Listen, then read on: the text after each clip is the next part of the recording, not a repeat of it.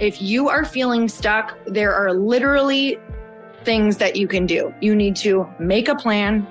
You need to get a deadline, and you need to find what that pressure is and how to add it in order for you to make sure that you show up for what you truly want and who you truly are.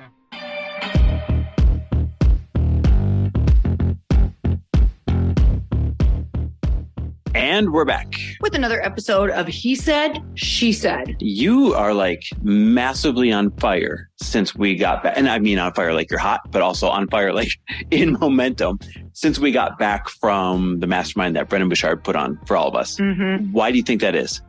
I mean, there's so many reasons when you go into a room like that. Like let me tell you, the up level was real. Mm-hmm. Like, you guys, especially, I fully understand how you're feeling right now. If some of you have ever gone to a mastermind, or maybe you're new, or maybe you're going to one that's really going to stretch you. That was this for us. I mean, there are people who are so far ahead of us, and it was one of the most inspiring. Well, it was the most inspiring room I've actually ever been in my entire life. And the reason that I've been on fire is because I have a plan in all of the areas where I felt stuck. In other words, you got a destination. I have multiple destinations now where it's like I knew where I wanted to go, but I did not have a clear path.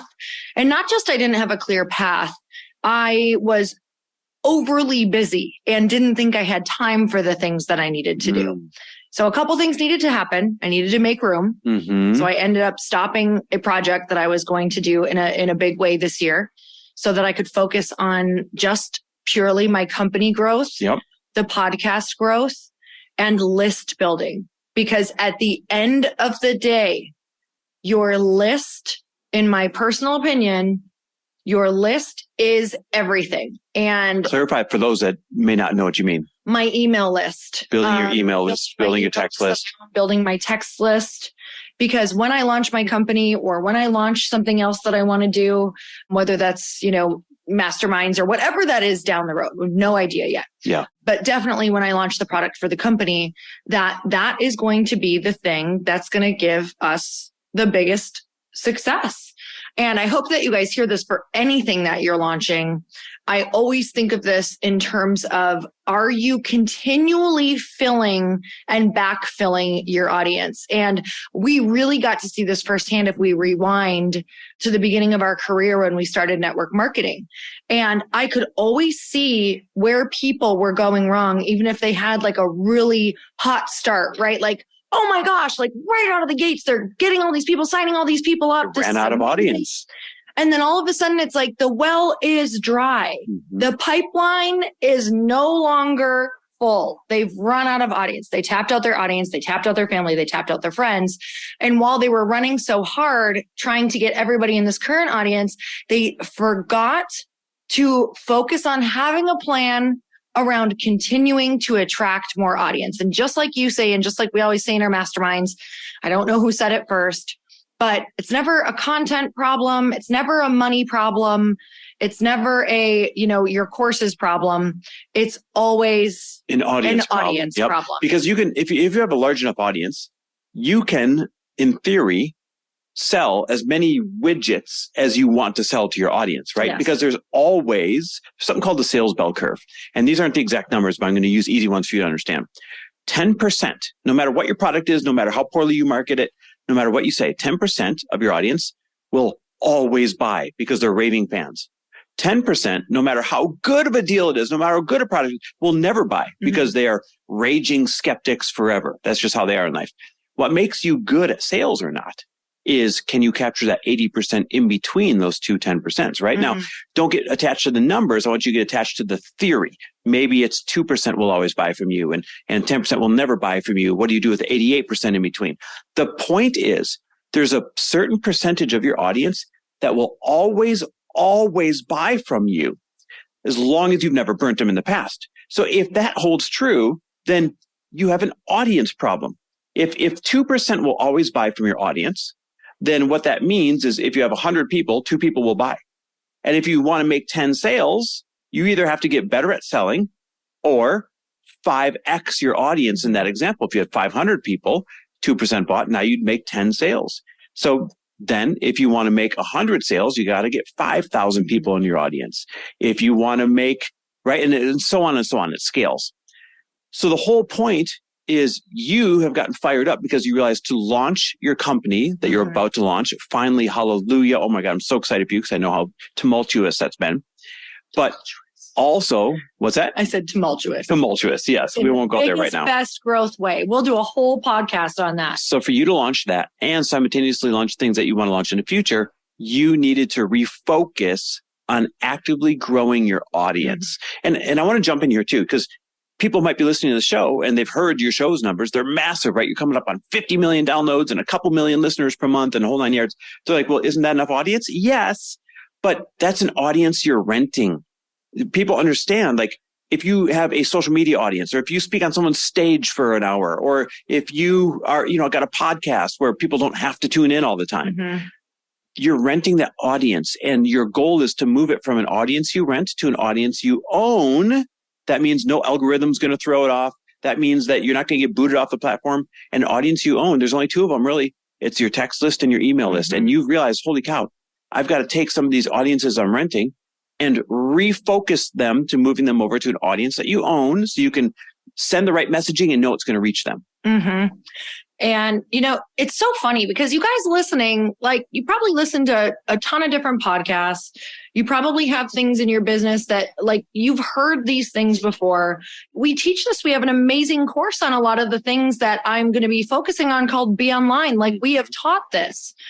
But what can happen is you can just kind of get off course and feel like, especially with a new company, it can feel like it's all so important that you can lose sight of what's really important. The fundamentals. And you can forget that, okay, if I just have this, if I just understand this, everything else, for the most part, of course, you have to have a really great product. And of course, you have to somewhat understand marketing, but you could be an expert in marketing, but if you don't have the audience for it to land on, then you don't have an audience. Okay, I want to take this though. I don't want this to be an episode about audience. I want to go more macro, right? Yes. Let's zoom out for a minute. The reason why you stopped actively growing your audience, AKA felt stuck, AKA was floundering, is because you didn't have a target in mind. Yes. You didn't know where you were going exactly. So doing the fundamentals felt useless. You weren't motivated to grow your audience. You weren't motivated to get them on your email list. You weren't motivated to cultivate that email list. You weren't motivated to do all the things that it takes because you didn't know what the end game was. Right. You didn't know where you were going. And just recently, and I'll let you can get into it later, but now that you know what your pivot is, now that you're excited about your end goal, now that you have a target, now you see, and now you're motivated to work backwards from that target, hence doing the fundamentals. So my point is this: when you don't have a target, then of course you're not going to do the fundamentals because the payoff is not in sight. If you don't know where you're trying to go, then it doesn't make sense to even start on the journey, and you're not motivated to start on the journey because you don't know what the payoff is. You don't know what the destination is going to be. So you just stay stuck. Yeah, for sure. If you're feeling really frustrated, it's because you don't have a clear plan. Because if you had a plan, you wouldn't feel frustrated because you'd be waking up every day and knowing what you should be working on. And then you'd work on it, even if it was small, even if it was an hour. I'm telling you, when you're working on things that move the needle, that are specific to your goal, and you get closer to your goal, you won't feel frustrated because you'll know. Frustration truly comes from not knowing if you're doing the right thing, not knowing what you should do. Let's talk about no motivation. I was really trying to break down the no motivation thing throughout my career and throughout what was even happening to me over the last 2 years.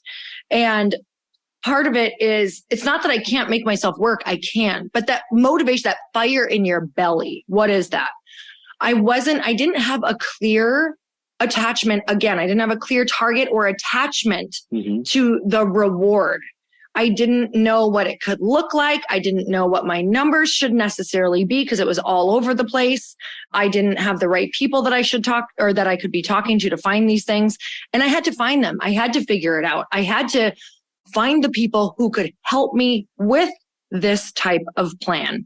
So again, it's all coming back to frustration, lack of motivation is all not having a plan. Well, so here's the crux, right? Mm-hmm. If you don't have a final destination, then you aren't motivated to do the right things to get there.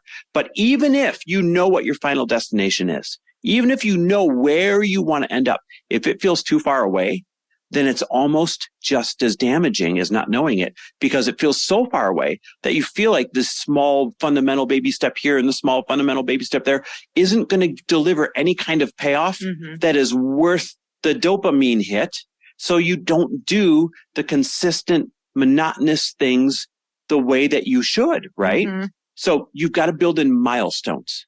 If you know where your final destination is, then you've got to work backwards and build in milestones, checkpoints that feel good, checkpoints that are worth celebrating. So it might be, I want to build my email list. And when I get the first 1,000 people on there, that's a checkpoint. That's a milestone. Now, if your end goal was to sell $100 million in product, and you knew that to sell $100 million in product, that was going to take hundreds of thousands of people on an email list, that felt too far away. So you say the first 1,000 I get, that's a milestone. And I can be motivated by that milestone. Then you got to set a second waypoint.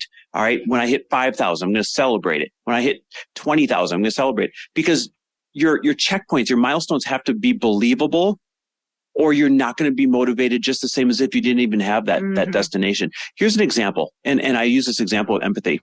People that have incredible amounts of weight to lose, hundreds and hundreds of pounds. A lot of times people will judge them. They'll say, well, why don't they just do the right things? Why don't they just, not eat the food? Why don't they just exercise? Well, it's because the destination feels so far away that by doing the right thing for a day or two or even a week, the dent in the destination is so minuscule that there's no true reward felt. And without feeling rewards along the way, we as humans don't continue. Well, the same goes for your business. You've got to build in those checkpoints and build in those rewards, or you're not going to go. Hey, y'all. I'm so excited to share with you that this podcast, Earn Your Happy, is now a part of the Growth Day Podcast Network.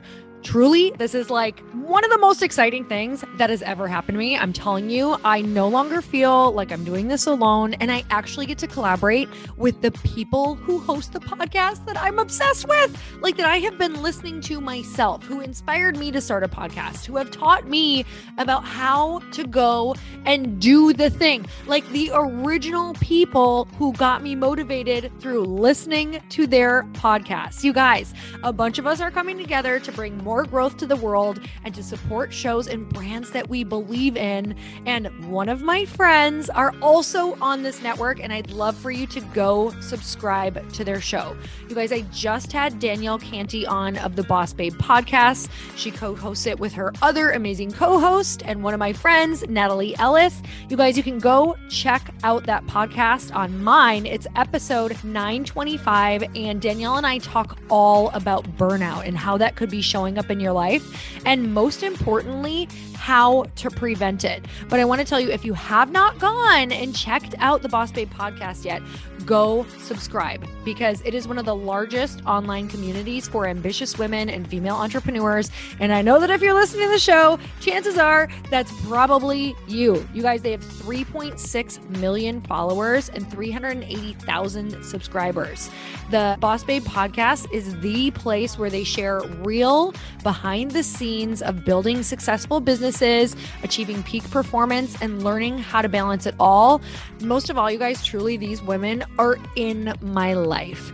Danielle and Natalie are people that I text on a weekly, monthly basis when I'm like, oh my gosh, I feel stuck. What should I do? I tune into their podcast, you guys, to learn. Even though they're my friends, I am still like crazy obsessed with this podcast because I learn something new every single time I listen. It makes me be a better podcaster. It makes me be a better businesswoman. It just makes me be better and more confident out in the world because they're so real and raw. And I can tell you that in the moments where I have had horrible days, down days, I've either gone and listened to this podcast or I've texted them because these are the people who truly get it. You want to listen to the people who are walking in the same footsteps that you are. You guys go check out the Boss Babe podcast. You're not going to be sorry. And it's just going to make you way smarter and you're going to have way more fun. So go check it out. Okay, let's hit on one last thing. Can't stick to it, right? Maybe you've heard that before as well. If you are not able to stick to it, even after you have the plan, this means that you are lacking deadlines and pressure and support. Yep. And some people might say, well, I don't have the support. You guys have the support. This is why it's happening. We have had to create the support. It does not, trust me, the support did not come. In fact, when we first started really wanting to go to the next level and make more money because we were really struggling and really break what was family conditioning and patterns, we got a lot of pushback. And we talk about this on quite a few of our podcasts. And now everything is amazing and our family supports us times a bazillion. But we got a lot of pushback because it wasn't in line with their values for us to be working as much as we were or their goals, or their goals. So when our goals changed and we had to work a lot more, there was actually no opposite of support. There was a lot of negative pressure around being upset about us working as much as we were. But we got out of that one through a lot of communication. Well, let me expand on that. It's very important that in order to receive positive accountability, you need to receive that positive accountability by people who understand your goals and are aligned with them. So let's use that example. Years and years ago, our family goal was how much time can we spend together, right? That was their goal for us. The more time spent together, the better. Our goal for the family was different. It was financial freedom for the family. So we could take care of them from now through eternity. Those goals were not aligned until we communicated how one provided the other, right? If we were willing to roll up our sleeves and not be around as much and work more than we wanted to work for a certain period of time, then we'd be able to spend even more time together as a family because of the financial freedom that would create. But when those goals weren't talked about, when those goals weren't aligned, there was not any positive accountability. There was negative pull away from your goal. So number one, you have to inform the stakeholders in your life, right? Those are the most important people. You have to inform the most important people in your life what the goal is and why, and how does it affect them? What's the big picture? Then number two, they're either in or they're out. The ones that are in, great. The ones that are out, you're going to have to put up a barrier between the ones that aren't supporting, even after you explain where you're going.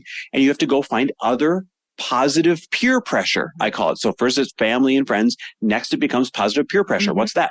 Your peers, like people in a mastermind, so to speak, or just people at your level or people that are a little bit ahead of you. You tell them, here's my goal. Here's when I want to get there. And I want you to hold me accountable. And now that you tell your peers, I think there's no one scarier to tell than your peers, right? Once you tell your peers what your goal is, damn it, you feel like you got to deliver or else. And there's nothing better than positive peer pressure, enrolling your peers and holding you accountable by putting your stake in the ground and saying, here is what I'm going to accomplish come hell or high water. Deadlines and pressure. And with the peer thing, I love it because when we go into these groups, masterminds, when we form these groups, whatever we're doing to look for support, we align with people who have the same core values, same core values and mission around showing up for yourself, wanting to follow through, go for your goals, and wanting to support each other. And I want to add one, and that dream really, really big if that's one of your values. Yes. So if you don't show up in this group, like you have agreed that if you're joining this group, you are agreeing to show up as a person who shows up for yourself, who follows through on your goals, and who shows up for others. And I'll tell you that when you go back and you haven't done these things, you feel it. And you're not as connected to the people, and you definitely feel like an odd man out. And let me tell you that is a driver for me. It's a driver for everyone. Yes. It's such a huge, so real life example. We were just in the mastermind that Brendan put on, everybody's there, Ed Milet and Jamie Kern-Lima and Jay Shetty and everybody, like not just peers, but people that you aspire to be at their level, right? Because they're good people doing really great things. And when you stand up in that room, you say, hey, I'm building this peer-to-peer lending app, right? This is me. I'm building this peer-to-peer lending app. Here's the timeline. Beta is in late summer, early spring. First quarter 2024, we're launching. We're raising this much money. I can't go back to this mastermind next year and have not hit those targets. Now, some delays happen, but I can't go back and still be in the same place I am today. Like, you have no idea the positive peer pressure, that has applied to make sure I keep the pace of this app cruising. Like if you don't have that or create that, I don't know if you're going to follow through when it gets really hard, you guys. One of the reasons when I was thinking if I wanted to take on investors for my company was not only because I'm so passionate about women learning about investing so that their opportunities expand, but also because I will tell you, last year, I would have quit. Yep. If I did not have investors that I did not want to disappoint, I would have totally freaking threw this idea out. And done something easier. That would have brought less happiness. That would have brought far less happiness. I would have gone back to what I already know, even though I know that my next big level up and challenge awaits. I would have gone back. We go back to the easy things that we know we'd be good at. Yes. And instead, I was forced to pivot, to up level, to figure it out, to put myself in rooms that are even more uncomfortable where the answers really are for where I'm going. And it was horrendous. It was horrible. I actually wished I did not have them for a while because I felt so deeply saddened that I was disappointing people. And it felt like so much pressure that I couldn't handle it for a long time. But what happens is that's the only way to expand your capacity, is to put yourself under pressure and figure out how the heck to manage it. And I was forced to figure out how to manage all of this pressure. And on the other side, I can tell you that I am a different person. My capacity to hold things, to look at things, to have compassion, to move through things, to problem solve, to get shit done faster, smarter, reevaluate if, do I need to pivot? What does this look like? Like I am such a sharper business person because I had to stick to it. I didn't have an out. Yep. And without investors, I would have had an out. And maybe for some of you guys listening, if you don't have a mastermind, you have an out. If you don't have a friend group that you declare this to, if you don't declare it online, if you don't have something to hold you accountable, if you don't hire your first hire, if you don't have a team, if you don't go and create that business partner, then you have an out and you're not going to show up for your highest self because there's not enough pressure there. Yep. All right, let's put a bow on this thing. So what's your message? If you had to sum all this up, what's your message? My message is that if you are feeling stuck, there are literally things that you can do. You need to make a plan. You need to get a deadline, and you need to find what that pressure is and how to add it in order for you to make sure that you show up for what you truly want and who you truly are. Yeah, mine is this. I would sum it up by, if you don't know your final destination, you're not going anywhere. It's not that you're not a motivated person. You're not motivated because you don't know where the hell you're going. That's number one. Number two, if you know your final destination, but it feels too far away, then you haven't built tangible milestones to get the dopamine hit, to do the small fundamentals on a regular basis, because the main payoff is so far away. You got to have little payoffs that are much closer. Mm-hmm. And then the third thing is you've got to be able to proclaim to those who will intimidate you the most, friends, family, or your peers. You got to enroll them in your vision, number one. And number two, proclaim where you're going and feed off that positive peer pressure. You do those three things I just talked about, you're finally going to take action. You're not going to be stuck anymore. Yes. All right, you guys. We'll see you next week. Thanks for listening. Bye. Love and appreciate you.